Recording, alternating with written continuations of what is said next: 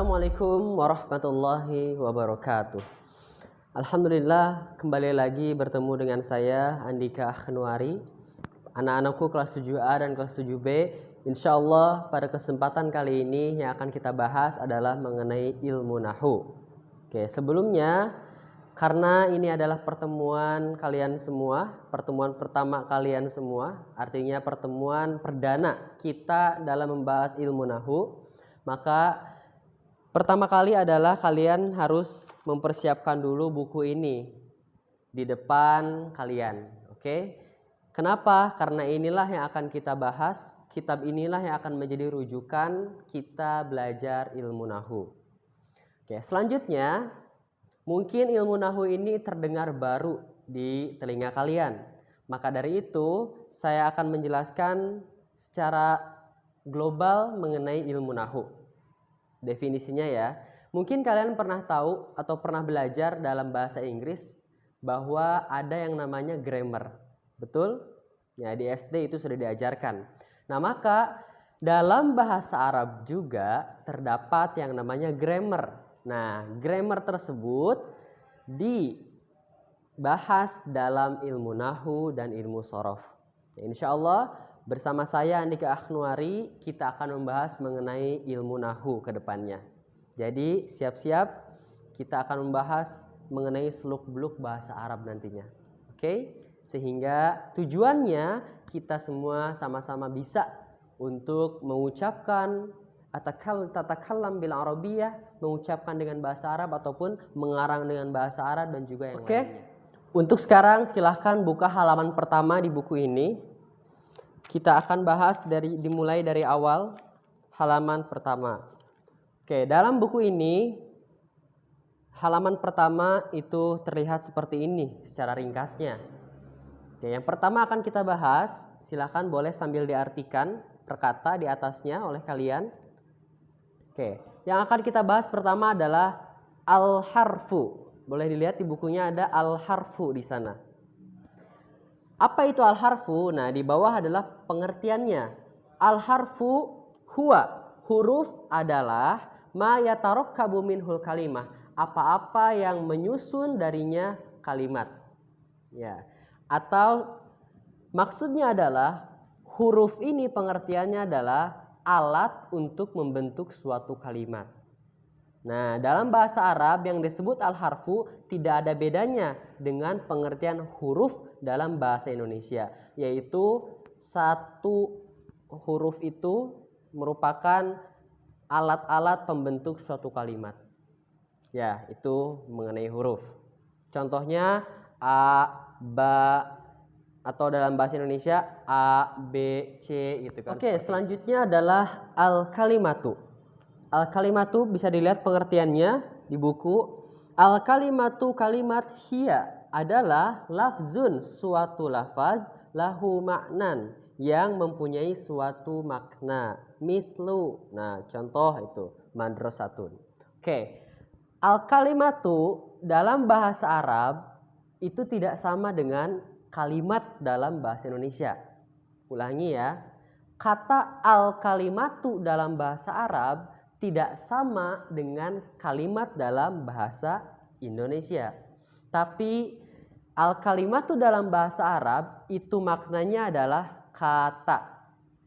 Makanya ketika tadi saya menjelaskan huruf, bahwa pengertian huruf adalah sesuatu yang menyusun sebuah kalimat. Nah, maksud saya adalah sesuatu yang menyusun sebuah kalimat dalam bahasa Arab, yaitu kata. Jadi huruf itu adalah sesuatu yang menyusun kata. Nah, pengertian al-kalimatu dalam bahasa Arab adalah sesuatu yang mempunyai makna.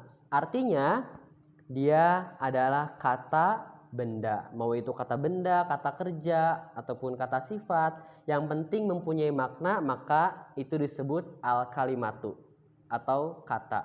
Lihat contohnya. Contohnya apa? Madrasatun. Nah, dia punya makna. Dia adalah satu lafaz, kemudian dia juga mempunyai makna, yaitu sekolah. Maka madrasatun ini disebut ataupun dipanggil dengan al-kalimatu, yaitu kata. Oke, selanjutnya adalah yang terakhir, yaitu al-jumlatul mufidatu. Bisa dilihat di buku pengertiannya. Al-jumlatul mufidatu, jumlah mufidah. Apa itu jumlah mufidah? Hiya adalah at-tarkibu, susunan, alladzi yufidu faidatan, susunan yang sampai yufidu sampai faidatan kepada suatu makna tamatan yang sempurna. Watu sama aidon kalaman, watu sama atau disebut juga aidon kalaman, disebut juga atau sering dipanggil juga, sering dinamai juga dengan kalam, ya. Mislu, nah contohnya adalah huwa yajlisu alal kursi. Nah, adapun al jumlah mufidah dalam bahasa Arab itu baru. Jumlah mufidah itu sama dengan kalimat dalam bahasa Indonesia. Artinya susunan jumlah mufidah itu harus terdapat subjek, predikat, objek, dan keterangan. Atau subjek, predikat aja itu sudah masuk kepada jumlah mufidah. Ya, seperti sebagaimana pengertian kalimat dalam bahasa Indonesia. Kalimat itu adalah tersusun dari kata-kata. Oke, itulah yang disebut dengan jumlah mufidah dalam bahasa Arab juga sama.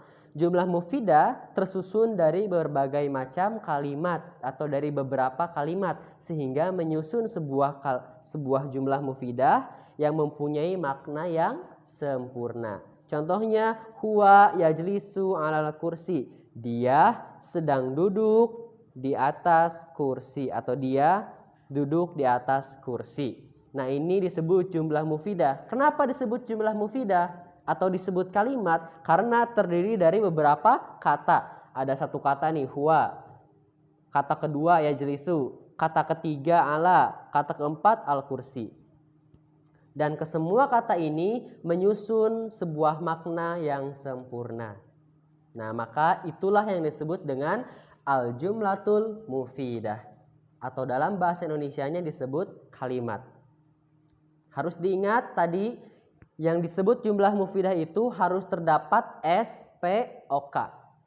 Ya, sebagaimana kalimat dalam bahasa Indonesia. Artinya harus ada subjek, predikat, objek. Nah, di sini juga subjeknya ada dia, predikatnya duduk, kemudian keterangannya adalah di atas kursi. Itulah yang disebut jumlah mufidah. Semoga bisa dipahami. Nah, tambahannya adalah bisa dilihat di paling bawah yaitu aqsamul harfi. Nah, kalau ini adalah aqsamul harfi itu pembagian huruf. Jadi huruf ini dibagi dua. Kalau di bukunya ya, ada harfun hijaiyun, huruf hijaiyah. Huruf hijaiyah itu seperti a, ba, ta, sa, jim, ha, ho gitu kan. Dan huruf-huruf hijaiyah ini tidak mempunyai makna. Nah, yang kedua, bila dilihat di buku ada yang namanya harfun ma'aniyun. Dan jadi dalam bahasa Arab, huruf ada yang disebut harfun ma'aniyun atau huruf yang mempunyai makna. Jadi ternyata bedanya dengan bahasa Indonesia, di dalam bahasa Arab ada loh huruf tapi dia mempunyai makna. Nah, contohnya apa? Coba lihat di bukunya, contohnya mithlu, waw. Ternyata huruf waw punya makna. Maknanya apa? Dan. Kemudian au. Au juga punya makna. Apa maknanya? Atau, seperti dalam Al-Quran kan banyak au, banyak wa gitu kan. Itu artinya dan, atau. Kemudian summa. Summa itu mempunyai makna juga yaitu apa? Kemudian maknanya. Min atau man juga sama. Dan ini semua masih termasuk ke dalam kategori al-harfu, ya, huruf, bukan kepada kalimat. Tapi hurufnya ini huruf khusus yaitu huruf ma'ani, hurufnya mempunyai makna. Nah, itu saja mungkin pertemuan kali ini. Ini sebagai pengantar kalian dalam ilmu nahu bahwa ternyata ilmu nahu itu sama seperti bahasa Inggris dalam grammar gitu kan, pembahasan grammar, dan juga sama seperti bahasa Indonesia. Karena memang ini adalah dasar dari tata bahasa dalam bahasa Arab. Jadi itu saja, semoga dapat dipahami oleh kalian semua. Tetap semangat, jika ada yang tidak mengerti nanti bisa ditanyakan ya. Tetap semangat dan jaga kesehatan kalian masing-masing. Itu saja, kita tutup dengan doa alhamdulillahirabbil alamin. Wassalamualaikum warahmatullahi wabarakatuh. Selamat ketemu lagi di minggu depan. Tidak ada